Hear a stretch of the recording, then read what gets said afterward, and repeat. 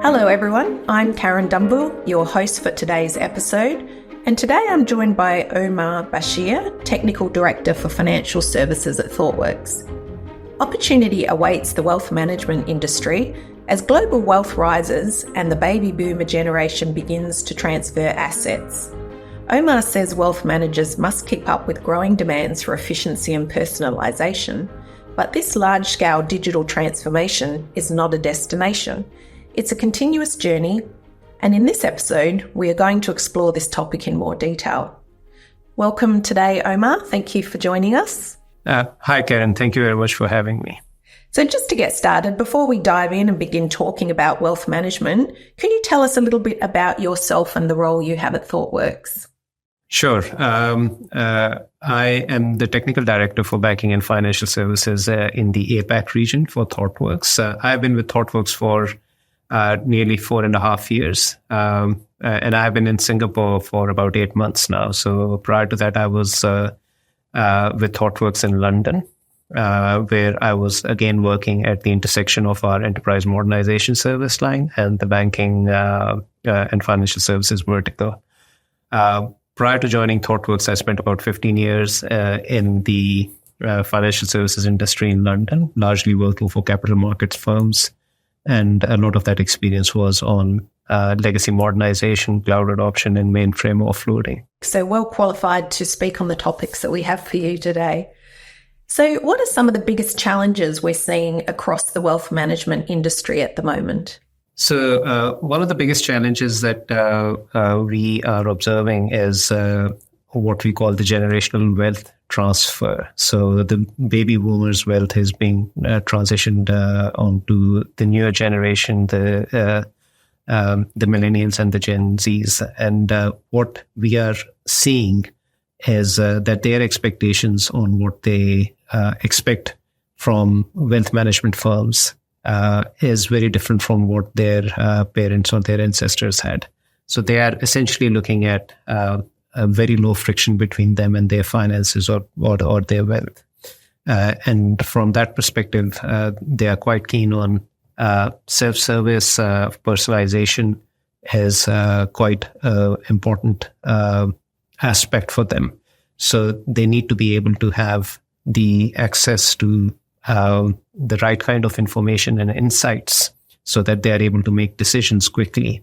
And again, be able to act in a timely manner and to be able to seek the advice of an advisor when they need it. So all those things are putting a lot of pressure on the wealth management industry as a whole and wealth management firms on how to balance all these things and provide more personalizable experience, which is the right balance between self-service and human advice where possible, along with the insights and the information and the data that they need to make their decisions in a timely manner. So based on some of these trends or challenges, what are you seeing changing in the industry to take account of some of these things? So first and foremost is a lot of reliance on data. So wealth management was always reliant on data, but more recently what we are seeing is that with the advancements that are happening in artificial intelligence, specifically in GenAI, the advisors have new tools that they can use to augment the service that they do, that they provide, and the tasks that they do. But at the same time, these tools can not work in isolation. They work within the ecosystem that is provided. So the data on the platforms need to be consumable by these tools. It first needs to be available, then it needs to be of the right quality. And the platforms on which these tools actually sit, those platforms need to be stable and they need to have the right interfacing mechanisms so that these tools could be used over there. So the readiness of the wealth management firms to be able to advance forward and provide those experiences that their customers now desire, or the expectations that they have to fulfill these expectations, that that readiness is not there for many firms. And it's quite a challenge for some of them to actually come to that stage where they can be seen as being provided A, those experiences, and B, being able to use those new technologies to build that competitive edge that they can use to be able to succeed in the business. Right. And you mentioned earlier, obviously, you've recently moved to Singapore from London. Are you seeing that the changes are different across countries, continents? Yes, there are subtle differences. The overall challenges are remaining to be the same. I mean, the overall thing that I mentioned about we all work hard for our money, and we all like to have very low friction or fewer barriers between us and our finances, especially when we invest in wealth management. That is us entrusting our hard-earned money to somebody else and trusting in their promise to be able to deliver value on our investments. So, and not everybody has the same level of emotional self-management to be able to be able to deal with certain situations. So people like to have, in general, have low barriers, low friction towards being able to see how their investments are progressing forward. So from that perspective, providing the ability for people to be able to view their investments, see how they're performing, what opportunities exist, it is paramount, and that's global. That's everywhere. The differences come in where there are certain cultural nuances and the kind of investments people need to make or would like to make. Those are the key differences that we see over here, and that is. But from a technology perspective and as well as a business perspective, it's fairly similar what's happening in the industry. Right. Thank you for that. Understandably, you wouldn't be able to mention names due to privacy or competitive reasons, but can you give any examples of where wealth management firms are currently outperforming the competition and what they might be doing differently? Yes, we have seen examples of firms who are doing much better than others. And some of the key things that they're looking at is not just the products and services that they offer and the compelling nature of those products and services, but also the customer life cycle and the customer journeys within those customer life cycles. Reducing, again, the friction between them from the point where they join the firm to the point where they start investing. And also having the visibility and transparency of how their investments are performing in the market environment and being able to react to those changes. A recent example that I have seen of a Canadian wealth management firm where they actually reduced their onboarding time of customers from 2 weeks to 24 minutes. Had a huge uptick in the number of customers actually onboarding and investing with them. And it also improved the efficiency internally within the organization, where before their staff had to review up to 200 pages of documentation. And now a lot of the information is digitized and it is processed automatically. So that's one aspect. The other aspect is being able to provide those compelling products and being able to provide the advice. We have had in the past years tools like robo-advisors providing the advice to different customers, and their performance had been questionable. Many firms are now using such automated tools to augment the advisors rather than working on their own, and they are seeing their performance also improving. And at the same time, we don't have to. We have to also understand that for these firms to progress and to perform better, they also need to ensure that their foundations are strong when I say the foundations are strong, they, as I mentioned before, they need to have the right data with the right quality available at the right time to be able to make those decisions and get the insights. And also at the same time, they need to be sitting on platforms which are secure, resilient, and performant. If you don't have the foundations right, then none of these things that I've mentioned before can be achieved. So the firms that are doing better, looking at the customer journeys, looking at the compelling nature of the products, and also investing heavily in ensuring that they have the right foundation in the form of the platforms and the data that they need. Thank you, Omar. And obviously, a lot happening in the industry around GenAI and AI at the moment, and a lot of our customers are experimenting in this area. How do you see some of the wealth management firms starting to think about GenAI and AI? What have you seen so far?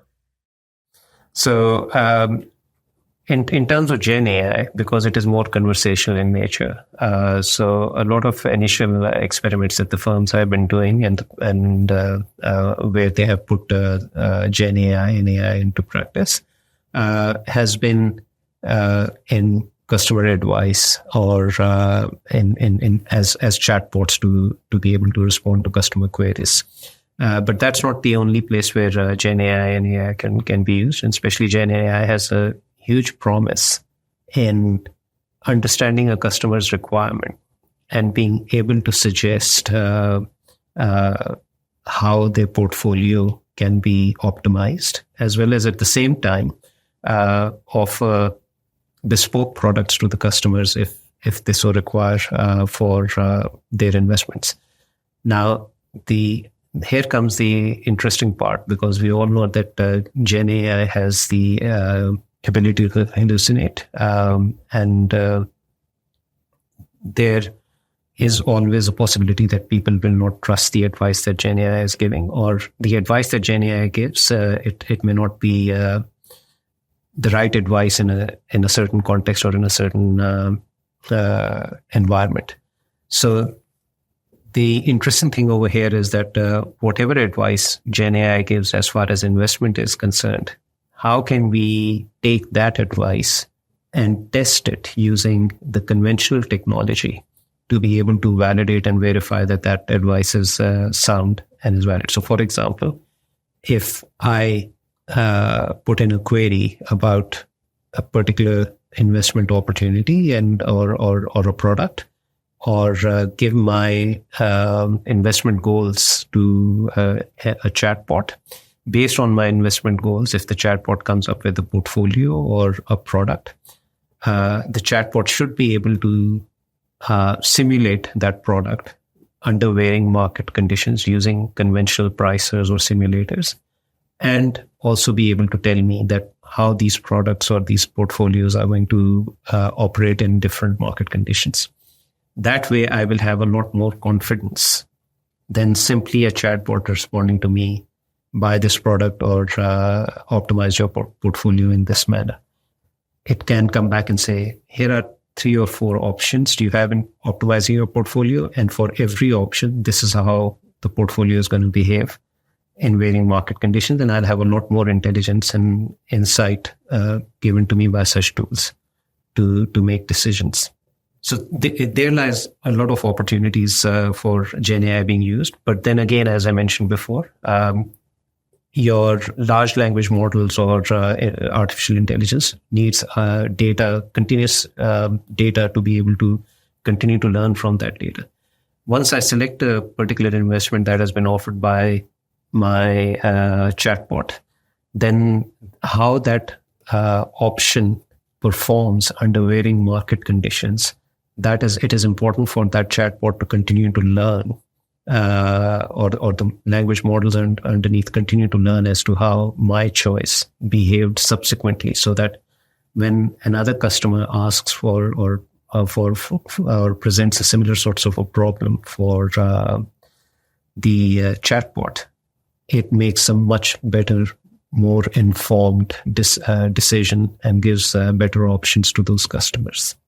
So this is where, again, when quality of data and the ability to have that data in a timely manner for these tools to learn from and adapt is very, very essential. Yeah, that makes a lot of sense. From your experience, what are the most common barriers wealth management firms are facing when trying to embark on a transformation journey?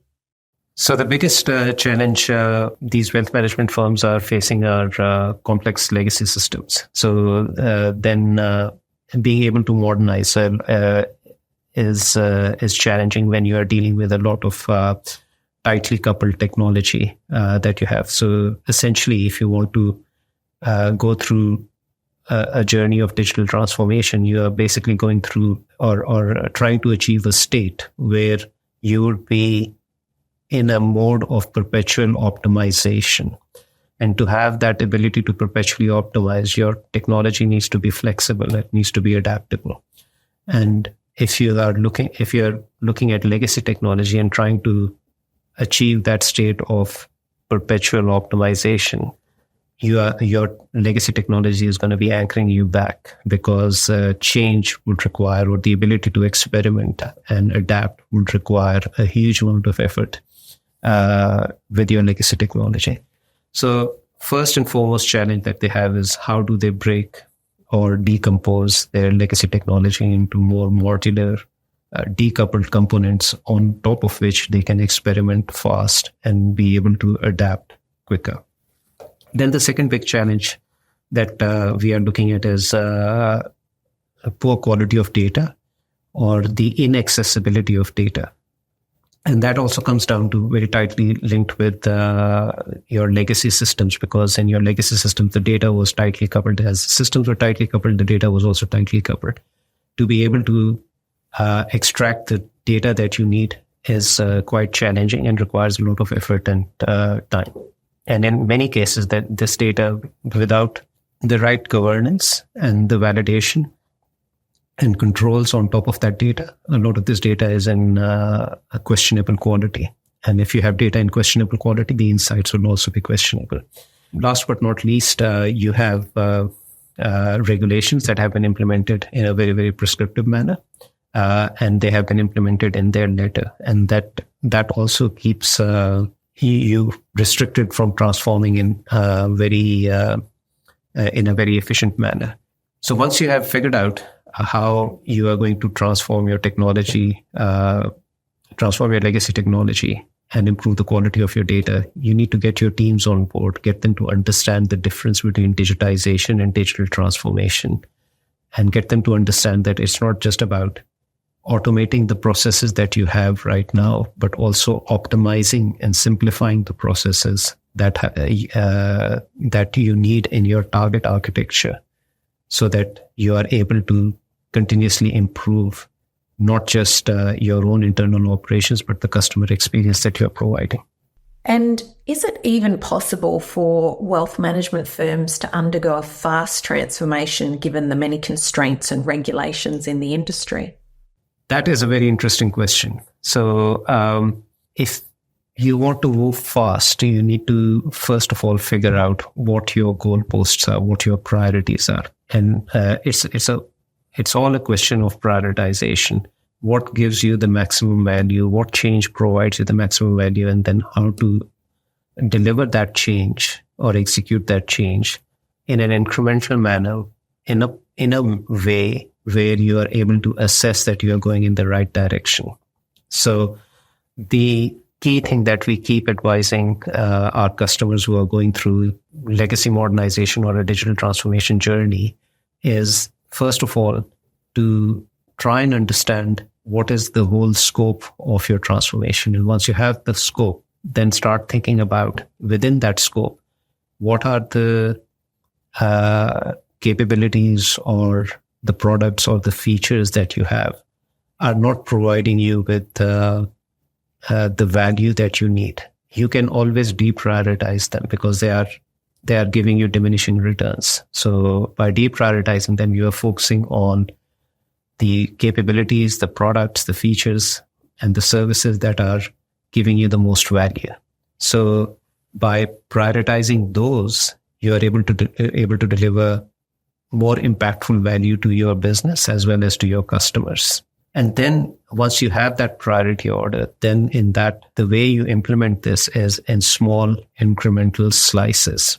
And with every slice, you are able to measure if you're going in the right direction, if you're achieving the outcomes, or you're heading towards the outcomes that you wish to achieve. And based on those measurements, you are able to then adapt as to how the subsequent slices need to be delivered, or which subsequent slices need to be delivered. There is a method to the madness of successful transformation, and it's about scoping and delivering in increments. If you are not able to prioritize, or if you're not able to deliver in increments, the challenge that you have is that you will be delivering with very low visibility, or you'll be executing transformation with very low visibility for yourself as well as for your business and how that program is progressing. And the key risk over there is that without substantial business-aligned progress delivered to or reported to the business may lose the motivation to continue with that program because they are not seeing any value in it. And when they lose the motivation in continuing with that program, they may withdraw the funding after a certain point in time. And that means that that program may be prematurely terminated. And that can lead to fragmented technology. And once you have fragmented technology, you will have fragmented operating models and business processes. And that would lead to much more friction in delivering your or in operating your business, and it would lead to higher costs and higher risk. When we are talking about delivering transformation faster, it's not just about the speed. It's also about the stickiness of digital transformation. And stickiness of digital transformation, as I mentioned before, is about having that ability to continuously optimize and improve. As I mentioned before, that it's not a destination, it's a continuous journey. And your technology and your operating model should help you focus on your outcomes. And those outcomes should be guided by metrics, meaningful metrics all along the way. Wealth management and financial services being a highly regulated industry, regulatory compliance is necessary. And for many firms, regulatory compliance is a huge overhead. So regulatory compliance can be automated as much as possible. And if you are able to automate that regulatory compliance, what we will achieve is consistent and faster compliance. And as a result of that, you will have much lesser overheads in meeting your obligations and a lot more time and resources to focus on business development. Great. Thank you. Wanted to say thank you very much for your time with us today, Omar, and thanks to our listeners for joining us for this episode of Pragmatism in Practice. If you'd like to listen to similar podcasts, please visit us at thoughtworks.com/podcasts. Or if you enjoyed the show, help spread the word by rating us on your preferred podcast platform.